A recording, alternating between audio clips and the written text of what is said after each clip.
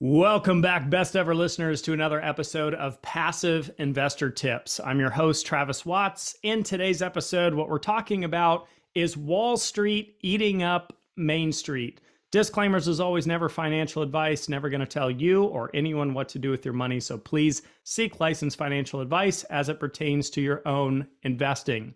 With that top of mind, I'll start with this. I was just reflecting back when I got into single family investing. This was basically right at the tail end of the Great Recession, so 2008, 2009.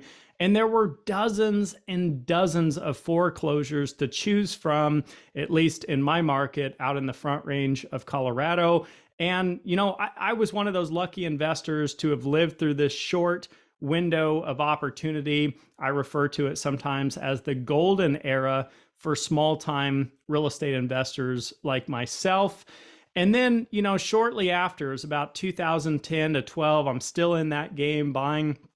Wall Street started entering the market with these large funds, and they're buying up all these distressed assets off the bank's books. And the market all of a sudden got much more competitive. And that trend has continued through today and is progressively getting worse. Now, debatably, this has been one of the largest catalysts that has kept single-family housing on the rise over the last 15 years. And now in recent news, we learned that Jeff Bezos, the founder and CEO of Amazon, has now partnered with a group called Arrived Homes, in which Americans can invest alongside them to buy up single-family real estate across the nation. For as little as $100, you can choose to invest in one specific property, or you can pool your funds into a very large fund that's buying up thousands of these homes. And they also want to get into the short-term rental business. And of course, let's not forget, you have the opportunity to sell your home to them. And by the way, Amazon is not the only huge conglomerate entering into this space. There's been many leading up to this. And in fact, it was announced that JP Morgan has entered into a joint venture and allocated $1 billion to also purchase up single-family real estate across the country. So let's first consider a few immediate pros and cons to what's happening here.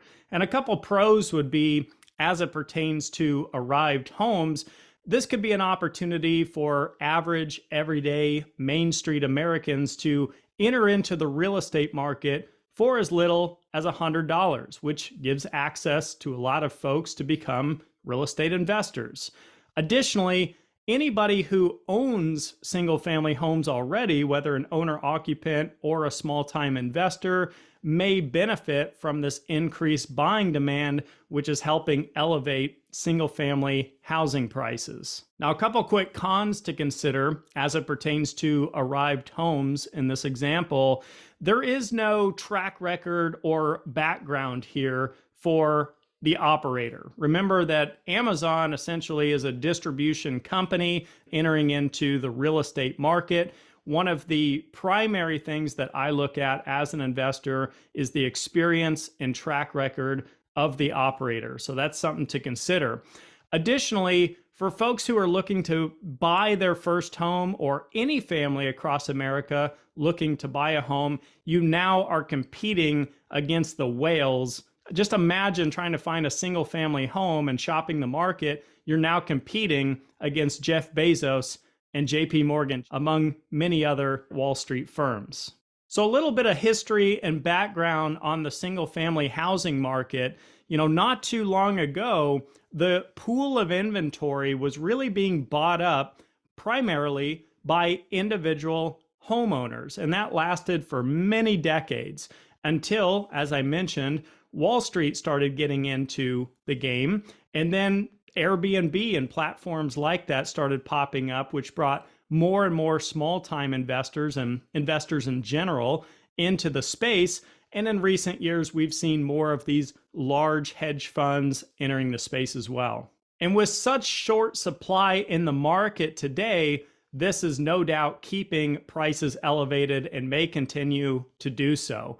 So let's take a minute and talk about renters. Is this positive for renters? Now, all I can say about this is, being a small landlord myself at one point, it was common that I would charge below market rent, or maybe I wouldn't, up the rent on a tenant that always paid in full and on time. There was a lot of flexibility. Now, when corporate America enters into the space for investment purposes, everything becomes about driving profit. Everything just simply becomes a number on a spreadsheet. They don't care about individual circumstances or individual families. This is a way to put money out there and to rapidly grow it as they try to compete against the stock market and other alternative asset types. So in short recap, no, I do not think this is a positive thing for renters. Another thing that you might consider is the amount of money that's backed in these companies. You better bet there's going to be a lot of lobbying against things like rent control or anything that would go in a tenant's favor. Another thing worth mentioning quickly is that there were just recently 2 bills proposed to Congress.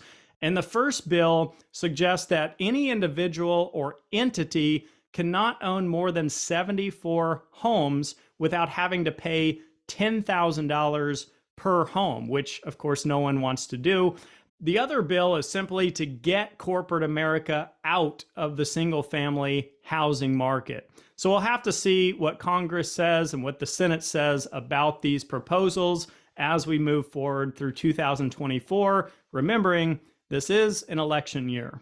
So with all of this, big news and something to think about for the week as to what's going to happen in the future. I simply don't know. I don't have a crystal ball, but I'd love to hear your thoughts. So please leave a comment below this podcast or video, and let's have an open discussion about it. You're listening to Passive Investor Tips right here at Best Ever. I'm your host, Travis Watts. Until the next episode, have a best ever week, everyone, and we'll talk to you very soon.